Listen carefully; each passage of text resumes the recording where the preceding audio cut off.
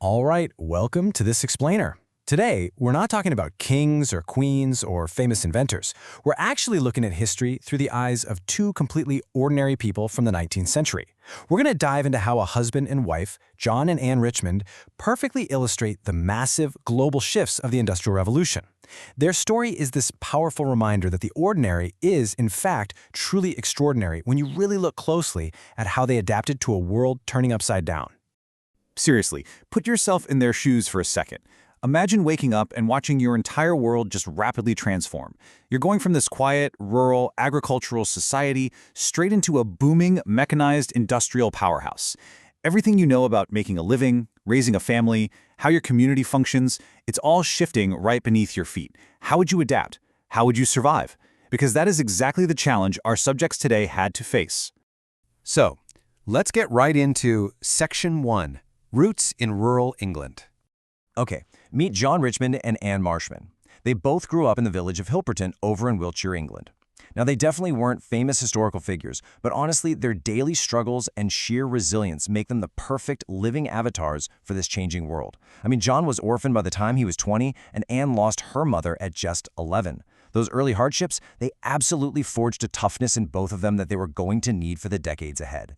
And it's wild when you look at their lifespans because they map perfectly onto some of the most transformative periods in English history. They were born in the 1780s, right in the final years of King George III's reign, basically just as the early sparks of the Industrial Revolution were catching fire. They lived through the Napoleonic Wars, saw the Reform Acts that expanded voting rights, and made it all the way into the dawn of the Victorian era. They were literally a walking bridge between the rural 18th century and the modern world. Moving on to Section 2, Love, Loss, and Family. Now, there's this really profound contrast in their family story, especially when it comes to education. When John and Anne got married in February 1811 at St. Michael's Church, they signed the registry with a simple X. Like a lot of working-class folks back then, they couldn't read or write. But fast forward a couple of decades to the 1851 census, and their 13-year-old granddaughter Rosa is officially recorded as a scholar.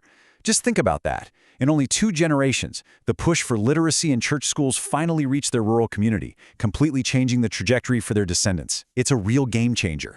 Between 1811 and 1825, John and Anne had 8 children. And while 8 kids was a pretty typical family size for the time, having a large family in early 19th century rural England came with immense, truly heartbreaking risks, mainly because infant mortality rates were just tragically high.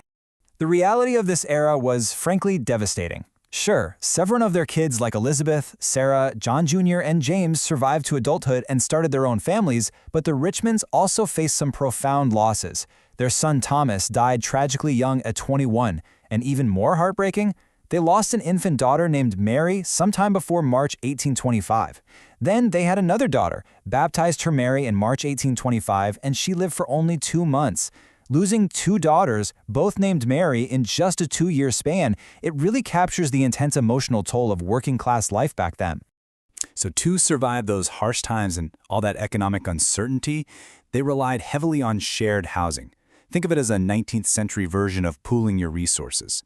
By 1841, the family was living on Marsh Lane in Hilperton Marsh, but they definitely weren't alone. They were in this multi-generational home with their adult, unmarried kids like Elizabeth and James. And remarkably, their son, John Jr., actually lived in the exact same dwelling with his wife and 3 young kids.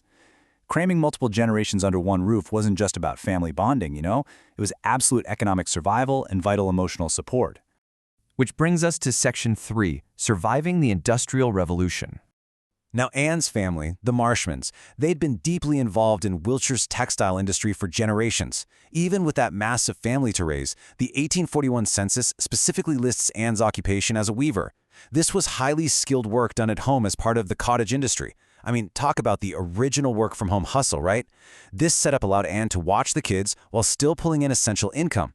Her daily grind perfectly represents those traditional methods that were being forced to adapt right alongside the new mechanized mills popping up everywhere. And John's career path, it paints this incredible picture of adaptability. It's almost like he was part of a 19th century gig economy. He started out as a weaver, just like Anne. But as the economy shifted, so did he. He worked as a laborer. And then, this is crucial, he became a coal hauler by 1841. This was backbreaking, exhausting work, but totally necessary because the industrializing nation's demand for fuel was just exploding. Eventually, by 1851, he adapted yet again, finding a bit more stability as a local butcher. John was literally a master at finding work wherever the shifting economy created a gap. All right, let's look at Section 4, a photographic legacy. Despite a lifetime of hustling, adapting, and raising that huge family, the 1861 census lists John, who is now a widower at 72, as a quote-unquote pauper. Basically, this meant he had to rely on poor relief from the parish just to survive. But you know what? He kept his dignity. He shared his modest home with his 13-year-old granddaughter, Rosa. Remember her, the scholar? Well, she was now working as a servant, most likely to help support her aging grandfather. It just goes to show the enduring strength of their family unit, even when facing absolute poverty. And that brings us to one of the most incredible pieces of evidence we have, an actual surviving photograph of John. This was taken around 1865 when he was about 77 years old. Clothing experts who analyzed this picture pointed out that he's wearing his absolute Sunday best. He's got on this traditional smock made in the local village of Keyville and this treasured top hat that was actually fashionable 50 years earlier. Imagine someone today proudly rocking a full-on disco outfit from the 70s.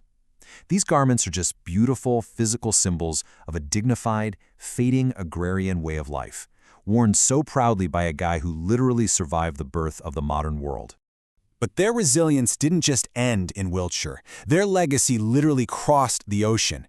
While their roots were deeply English, their son James really embodied the adventurous spirit of that era. He ended up emigrating to America with his wife Hannah, eventually settling down in Putnam, Connecticut. And get this, James lived to be 91 years old. He carried his family's incredible spirit of hard work straight into the New World, leaving behind descendants who still cherish that photograph of John today. To wrap up this explainer, I want to leave you with something to think about. We've just seen how John and Anne Richmond navigated a world that went from hand-weaving to industrial coal hauling. They faced poverty, they faced tragedy, but they did it with unyielding family support and absolute dignity.